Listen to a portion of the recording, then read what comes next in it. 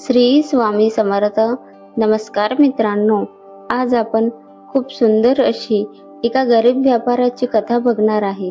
त्याच्यावरती माता लक्ष्मीची कशा प्रकारे कृपा झाली ते बघणार आहेत. तर व्हिडिओ शेवटपर्यंत नक्का आणि चॅनलवर नवीन असल्यास चॅनलला सबस्क्राईब नक्की करा.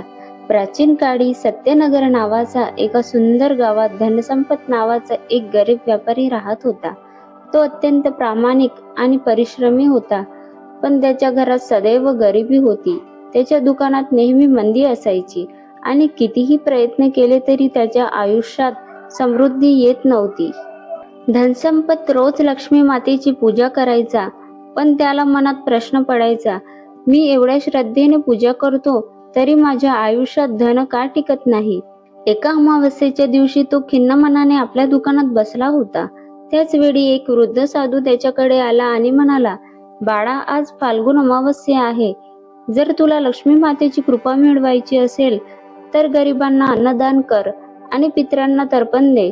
लक्ष्मी केवळ संपत्तीची देवी नाही, ती परोपकार आणि शुद्ध हृदय असणाऱ्यांवर कृपा करते. धनसंपत म्हणाला, माझ्याकडे स्वतःसाठीच अन्न नाही, मी दान कसं करू. साधू हसला आणि म्हणाला, जितके शक्य असेल तितके दे. श्रद्धेने दिलेले दान नेहमी वाढते. धनसंपतने घरात पाहिले, त्याच्याकडे फक्त एकच भाकरी आणि थोडेसे गुळ होते. तरीही त्याने ते एका भुकेल्या साधूला अर्पण केले आणि नदीकडे जाऊन आपल्या पितरांसाठी तर्पण केले. तेव्हाच एक वृद्ध स्त्री त्याच्या दारात आली आणि म्हणाली, मी उपाशी आहे, मला थोडे अन्न मिळेल का. धनसंपत गोंधळला आणि त्याच्याकडे आता काहीच उरले नव्हते. पण तरीही त्याने पत्नीला विचारले. ती म्हणाली, आपण उद्या काहीतरी मिळवू, पण आज आपण दान केल्याने आपल्याला अधिक मिळेल. धनसंपतने वृद्ध स्त्रीला आपल्या घरातील शेवटचे काही गहू आणि गुळ दिले. त्या वृद्ध स्त्रीने जेव्हा ते अन्न घेतले तेव्हा ती तेजस्वी झाली आणि तिचे रूप महालक्ष्मीमध्ये बदलले. ती म्हणाली, धनसंपत, तुझ्या परोपकार आणि श्रद्धेमुळे मी तुझ्यावर खूप प्रसन्न आहे. तुझ्या घरात काहीच दारिद्र्य येणार नाही. त्या क्षणी धनसंपतच्या घरात सोन्याच्या मोहऱ्या भरलेली भांडी प्रकट झाली.